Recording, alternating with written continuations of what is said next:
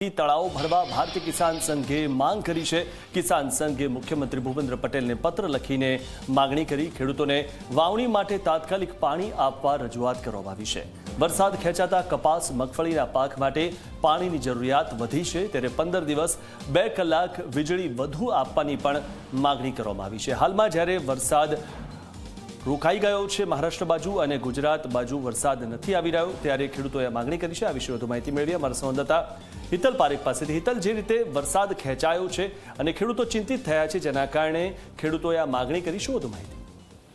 જે મિત્રો ચોક્કસ એવું કહી શકાય કે સામાન્ય રીતે ગુજરાતમાં 15 જૂનની આસપાસ ચોમાસાનો પ્રારંભ થઈ જતો હોય છે, પણ હજુ ચોમાસાનું કોઈ વાતાવરણ સીધી રીતે ગુજરાતમાં જોવા નથી મળતું ને એટલા જ માટે કિસાન સંઘે સિંચાઈ માટે ખેડૂતોના હિતમાં નર્મદા કેનાલમાંથી પાણી છોડવાની માંગણી કરતો પત્ર મુખ્યમંત્રીને લખ્યો છે અને મુખ્યમંત્રીને અત્યારે મગફળી સહિતના જે પાકો છે એ પાકોને બચાવવા માટે સિંચાઈ માટે નર્મદા કેનાલમાંથી પાણી છોડવાની માંગણી કરી છે। સ્વાભાવિક છે કે આ પરિસ્થિતિ હજુ આગળ વધશે ત્યારે આ પ્રકારની માંગણીઓ ખૂબ વધી જશે એવી શક્યતાઓ પણ જોવામાં આવી રહી છે।